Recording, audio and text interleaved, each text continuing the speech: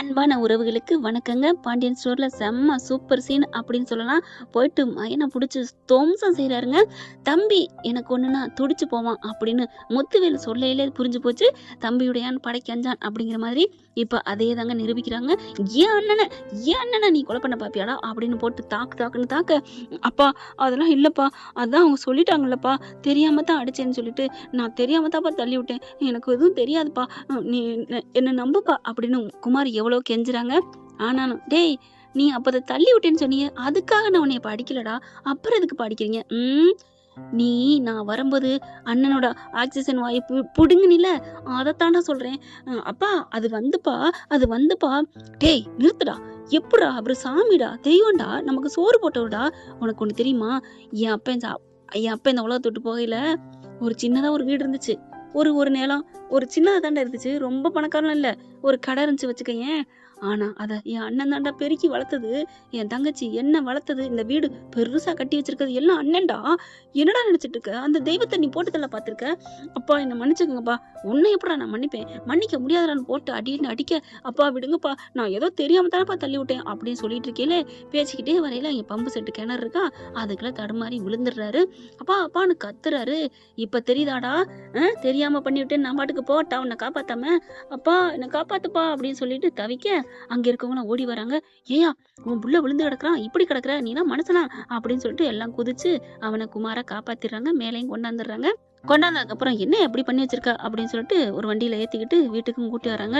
வீட்டுக்கு வந்தா சொட்ட நனைஞ்சிட்டு வராங்களா, முத்துவேலும் வீட்டுக்கு வந்துடுறாங்க. எல்லாரும் வந்துடுறாங்க. என்னாச்சு, என்னடா அப்படின்னு அப்பத்தா வந்து கேட்க, அப்படியே தலையை தொங்க போட்டுட்டு இருக்கேன். கொண்டாந்து அடிச்சு பிடிச்சி கொண்டாந்து வாசல்ல தள்ளி விடுறாரு சத்திவேலு. இவெல்லாம் மனுஷனா அப்படின்னு சொல்லிட்டு அப்படியே அப்பா ஐயோப்பா என்ன மன்னிச்சிருங்க, பெரியம்மா என்ன மன்னிச்சிருங்க அப்படின்னு சொல்ல, கோமதி ராஜி எல்லாம் அங்கேதான் நிக்கிறாங்க. அண்ணன் வந்து வந்துட்டாரு டிச்சார்ஜ் ஆகி அப்படின்னு பார்க்க வந்து, இங்கேயும் விழுடா, என் தங்கச்சி கால விழுடா அப்படின்னு தங்கச்சி கால விழுக வைக்க, ராஜி கால விழுக வைக்க, எல்லார் காலையும் விழுக வைக்கிறாங்க. அண்ணே என்ன மன்னிச்சிருனே, உங்களை போய் இவன் பார்த்திருக்கானே, இப்படி கொல்ல பார்த்திருக்கானே, நான் விடுவேனா? அதனாலதான் நான் நல்லா வச்சு சாத்திட்டேனே. டேய் சத்திவேலு, உன்னை பத்தி எனக்கு தெரியும்டா, அதனாலதான்டா நான் ஒன்னும் சொல்ல முடியல. உனக்காகத்தான் நான் அவனை காப்பாத்தினேன். அவனும் எனக்குன்னு பண்ணல. இருந்தாலும் நான் அதை விட தப்பே பண்ணாத கதிர் மேல கம்ப்ளைண்ட் கொடுத்தேன் பாரு, அதுதான்டா எனக்கு வருத்தம். அதனாலதான்டா எனக்கு கோவமா வருது. அதுக்கு தான் என்ன அடிச்சிட்டேனே அப்படிங்கிறாங்க. இனிமே இது சரிப்பட்டு வராதுப்பா. இந்த அளவுக்கு போயிட்டானோ, எப்ப இந்த அளவுக்கு போய் துணிஞ்சிட்டானோ, இனிமே ஒண்ணா இருக்க வேணாம். அண்ணே நான் உன்னை விட்டு இருக்க முடியாதுண்ணே. இல்லப்பா இல்ல, அப்பா கொடுத்துட்டு போன சொத்து இந்த வீடு, இந்த கூட என் காலத்துக்கு அப்புறம் நீயே எடுத்துக்கோ. நான் கட்டின வீடு தான் பரவாயில்ல. அப்புறம் ஊருக்குள்ள 2 வீடு இருக்கு, அதுல அப்படிங்கல அண்ணே அப்படிங்கிறாங்க. அது நான் சொந்தமா உழைச்சு கட்டின வீடு, அதெல்லாம் இருக்கட்டும். அப்புறம் சொத்து பத்து நிலம் அப்பா கொடுத்தது, அப்பா என்ன விட்டுட்டு போனாரோ அதை அப்படியே உங்ககிட்ட கொடுத்துறேன், நீ எடுத்துக்கோ. அதுக்கப்புறம் சம்பாரிச்சது எல்லாம் என்னோடது, அதுல ஒண்ணு கூட உங்களுக்கு இல்ல அப்படிங்கல. அண்ணே என்னண்ணே சொல்ற? பெரியப்பா என்ன என்ன பெரியப்பா உனக்கு வேணுமா சொத்து? இல்ல பெரியப்பா, அம்புட்டையும் அவங்களுக்கா கொடுக்க போற? இதுதான்டா உங்களோட எண்ணம். எல்லாத்தையும் ஆதரவற்ற இல்லத்துக்கு எழுதி வச்சுட்டேன்டா, இங்க பார் அப்படின்னு பத்திரத்தை காமிக்கிறாங்க. இந்தா உங்களுக்குன்னு எழுதின இந்த வீடும், அங்க இருக்கிற ஒரு கடையும் ஒரு இதுவும் தான், அந்த நிலம் தான், அந்த ஒரு நிலம் அதுதான் அப்பா விட்டு போனது, இந்தா வச்சுக்க அப்படிங்கல.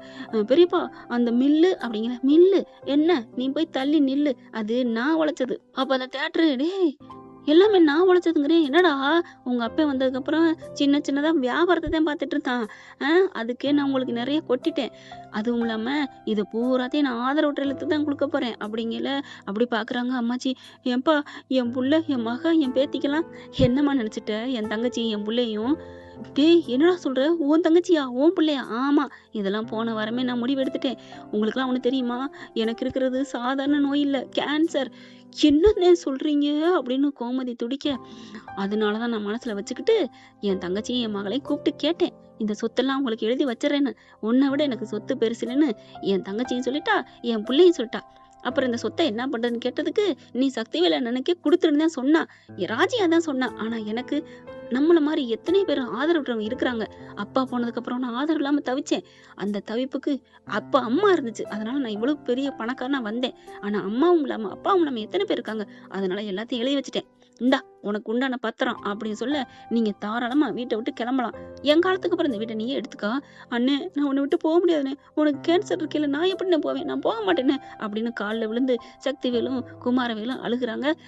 இல்ல போயிருங்க அப்படின்னு வாசப்படி நோக்கி கையை நீட்டுறாரு நம்ம முத்துவேலு. ராஜி கோமதியை பார்த்து அவங்க அம்மா ரொம்ப பெருமைப்படுறாங்க. ஏண்டி சொத்தே வேணான்ட்டீங்களா? ஆமாம்மா, ஓ மாப்பிள்ளைங்க அவங்க சொல்லித்தாம்மா நாங்க வேணானே சொன்னோம். கதிருக்கு இந்த காசெல்லாம் தூசுக்கு சமம். என்ன தூசுக்கு? அதாவது காசு மேல ஆசை இல்லாதவர்னு சொல்ல வர்றேன். எங்க மாமனார் ரொம்ப தங்கமா வளர்த்துருக்காருமா.